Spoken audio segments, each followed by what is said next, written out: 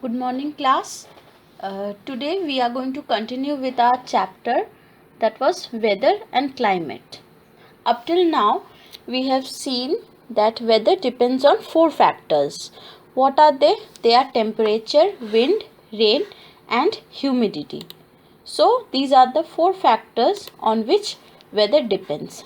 Temperature, we have read about temperature. We have seen that temperature can be hot or cold, and we use thermometer to measure temperature. The next thing that we have read about is wind. What did we see? That we have seen there are a few types of winds depending on the strength of the air that is blowing. We have breeze, we have gale, we have storms. So these are the various types of wind which blow. And we have also seen how wind moves. Next, today we are going to study about rain. So today we will be studying about rain. Let's move on to your next part. Rain and the water cycle.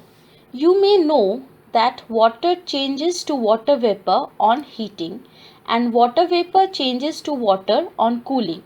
So see here in this part is about rain and the water cycle. What it says that water in the form of water vapor is changed when it is heated. When you heat water, you have seen when water is boiling, there is steam coming off. So that is called water vapor. So when water is heated, it turns into water vapor. So water changes to water vapor on heating. Underline this part. And then water vapor changes to water on cooling. Now see, when you are boiling this water, it forms the steam. But if you try to keep your hand or a steel plate a few inches above this boiling water, you will see that when this warm steam comes in contact with the cold surface either of your hand or of the steel, there are water droplets that are formed. So water vapor changes to water on cooling. So when water is heated, it turns into water vapor, and when water is cooled, when water is heated, it turns to water vapor, and when water vapor is cooled, it turns into water. The sun's heat changes water from the rivers, lakes, seas and oceans to water vapor. So these are the various places from where water is converted into water vapor due to the heat of the sun. We have seen in the part of temperature where you have learned that when the sun is there is more heat and the temperature is higher. So the sun's heat converts the water from which places? Rivers, lakes, seas and oceans into what? Into water vapor. The water vapor rises into the sky with warm air. We have read in the previous part in the movement of the wind where we have seen that when the air in a place gets heated up, it becomes lighter and moves upward. So when this air that is heated in that place is moving upward, what happens that the water vapor of this place also rises with that warm air. As it rises higher, the warm air cools down. The water vapor in it changes back to tiny drops of water which floats in the air. Now what happens? As this air rises higher, the warm air cools down. See, I have explained in that part where you had that diagram of the movement of wind. You have seen that the warm air is rising up. As it goes up, it again cools down and comes back to the earth's surface, right? So this is what is happening. When this air is going up, the water vapor is also going up along with the air.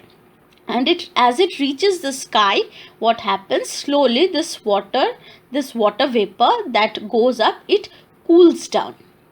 The water vapor in it changes back to tiny droplets of water which floats in the air.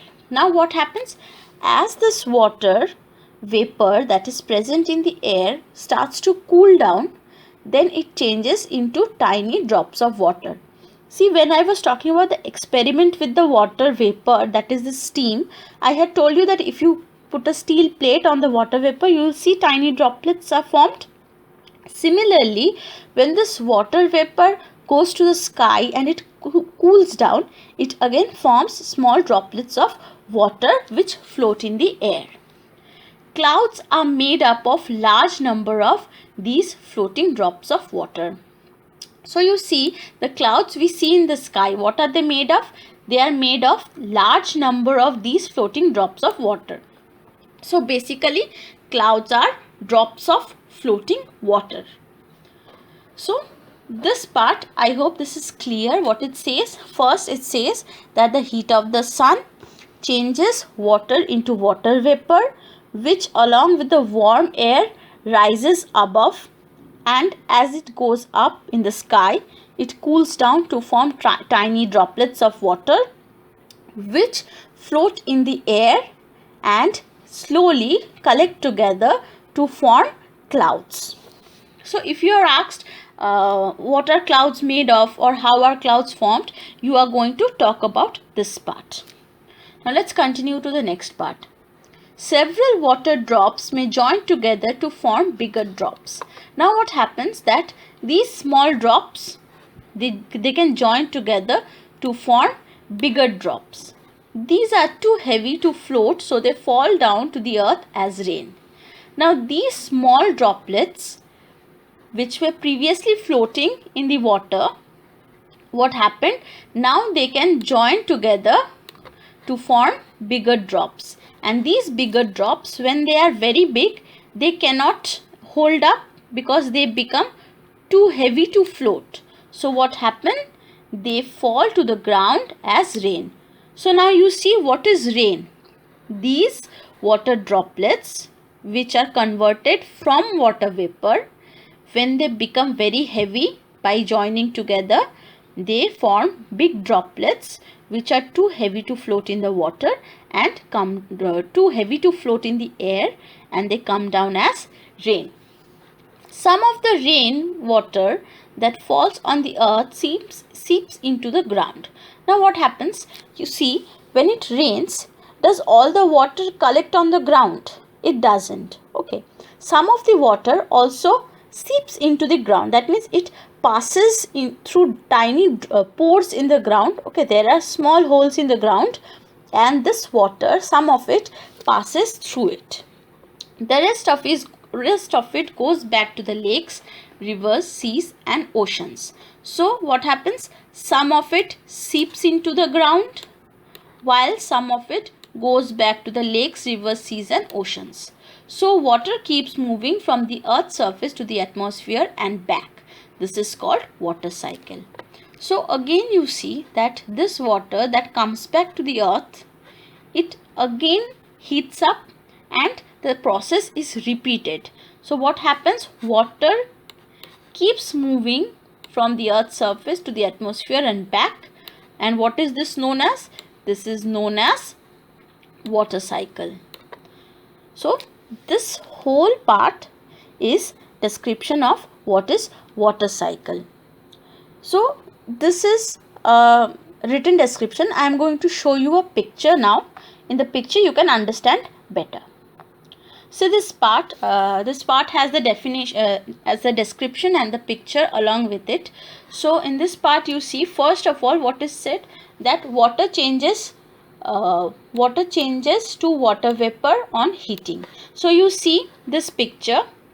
If you see this picture, see these red arrows, transpiration, evaporation. What happens is, when the sun is shining, the heat of the sun causes this water to evaporate. Okay, so this water is evaporating and rising upwards.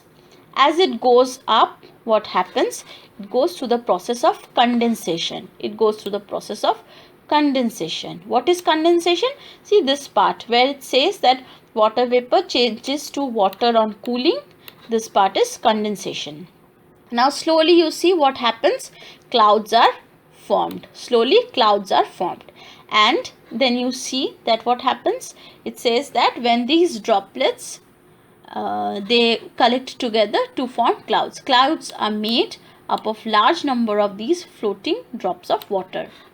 So clouds are formed, and slowly as these droplets join together to form bigger drops, they come down as rain. So precipitation. They come down as rain, which is also known as precipitation. Now you see, as it is coming down, there are the next steps that follow. What are they? Some of it falls to the earth's surface and seeps into the ground. So this part, you see, infiltration into the groundwater. What happens? Some of it goes into the ground, while some of it is known as surface runoff. Some of it enters the lakes and the oceans from wherever water was taken up.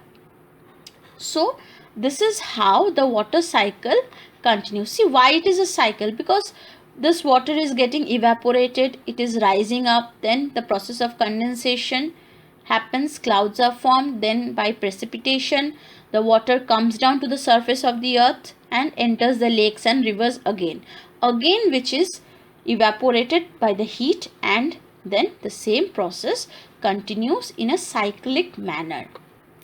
You have seen a wheel, right? The wheel of a cycle. It is round. It goes round and round. There is no end to it. It always keeps on continuing in a pattern. It does not stop. So this is why this is known as water cycle, because it does not stop. It continues every day. It is always present in our atmosphere. See, I have enlarged the picture for you here. You can see in this picture more clearly that what happens, that the sun, which is giving us heat,